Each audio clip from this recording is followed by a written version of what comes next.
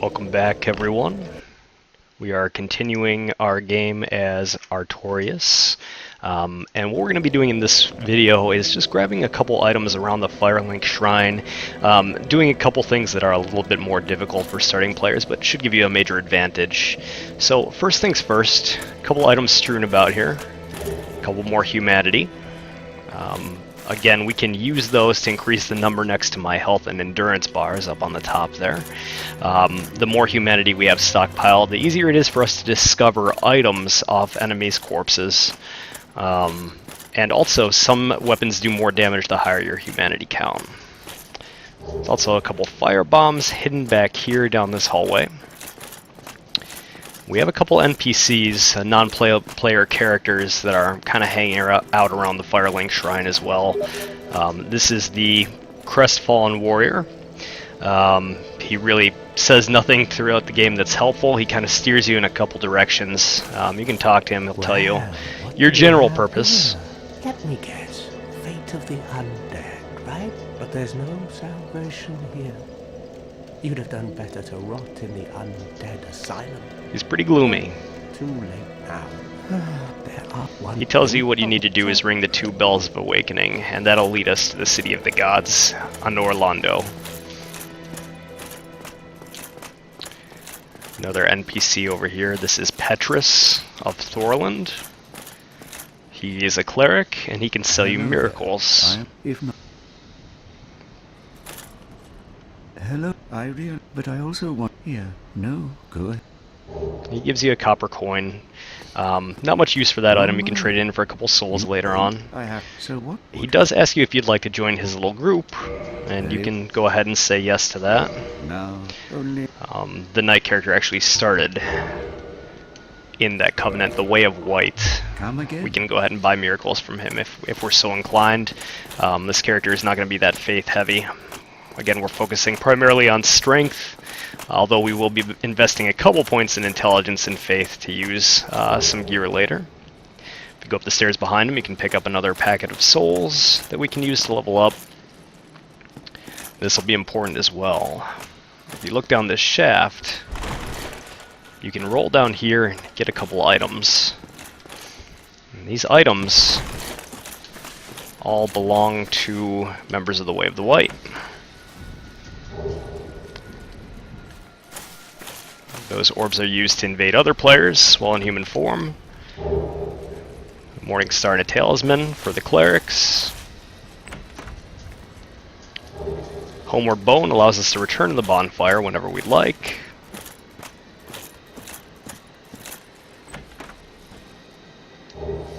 Lloyd's Talisman prevents other players from healing. Down into the cemetery, and I truly do not recommend at this point that you do this. It's fairly difficult. The skeletons do hit really hard. You're not that speedy, and it's very hard to defeat them if you don't have a blunt weapon or a weapon that is infused with divine damage. Another soul packet here. Yeah, this may very well be my first death. There are a couple of other fairly useful items in the graveyard, but it's just not worth fighting all of these skeletons at this point. So I highly recommend you do avoid that and get back to the bonfire so that you can reset them.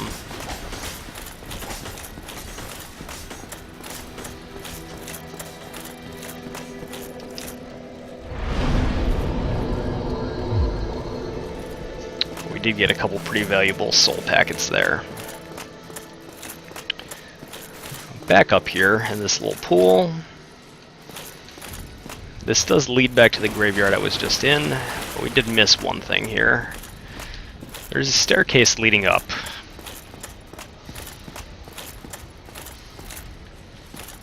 And there is one more soul here, I believe.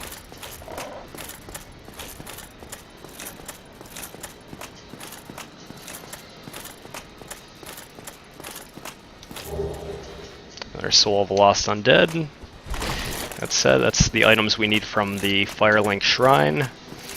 We're going to do one more thing that's fairly tricky before we level up.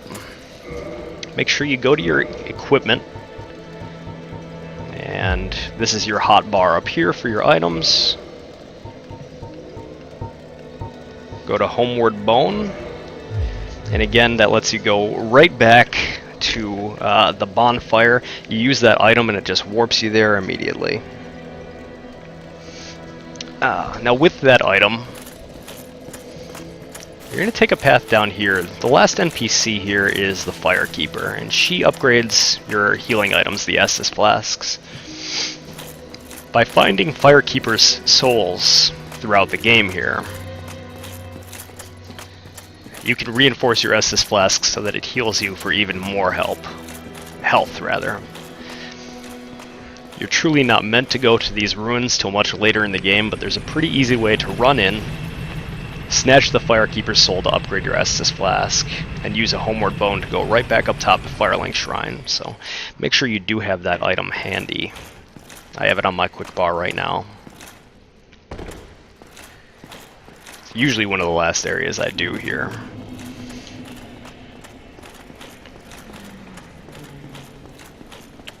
Turn right next to the door. Go ahead and grab an S-Stock, piercing weapon. These guys are all useless. They're just standing around, so you don't have to worry about getting into a fight. There's also a pot here, and if you break that, the hollow inside it was holding on to some transient curses. More on that item later. This is where things start getting a tad bit tricky. Crossing the first bridge, no problems. At this point though, on the second bridge, ghosts will start popping up, and these ghosts can't be harmed right now. They do a ton of damage because we're not meant to be in this area. There's one right there. You're going to run past them through this arch up here. Oh, we're being drained of our health. Not ideal. Alright, dodge past them. Oof.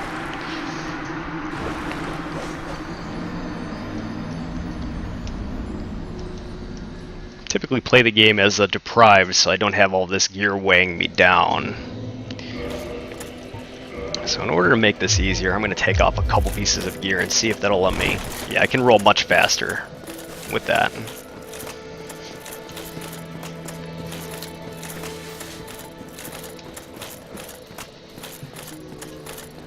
That should make this much easier. It's truthfully what I should have done the first time.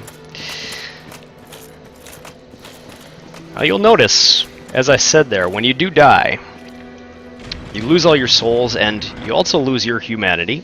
I'm back in an undead form, and you'll see next to my health bar and my endurance bar up top there, I have 0 humanity. This can be alleviated, once per death. If you run back to the spot you died and collect your souls, it also restores your humanity in the top left corner. At this point in the game, losing 210 souls is truthfully not that big of a deal. But you want to keep your humanity count high. Helps with the item discovery. And now that I can run much faster, I doubt this will be an issue.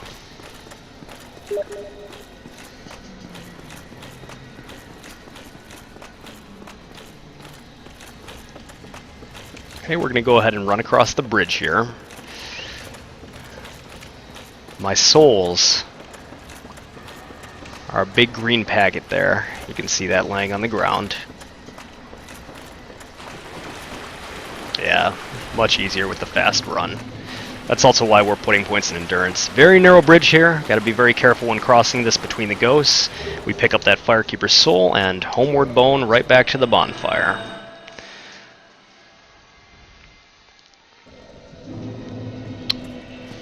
That's everything thus far. We're going to do a couple things now. We'll go ahead and use the soul packets that we got.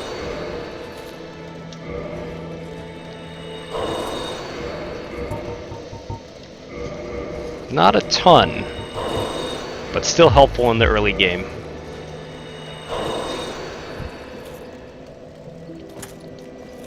So again, I want to make sure I'm putting more points in endurance at this point. We don't want that slow roll. Even on a strength-based character, pretty important at this point that we stay light, so... The armor is good, I do like it.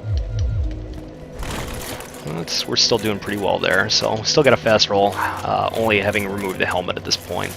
And we'll go back and we'll talk to the Firekeeper. We can reinforce the Estus Flask with the Firekeeper's Soul.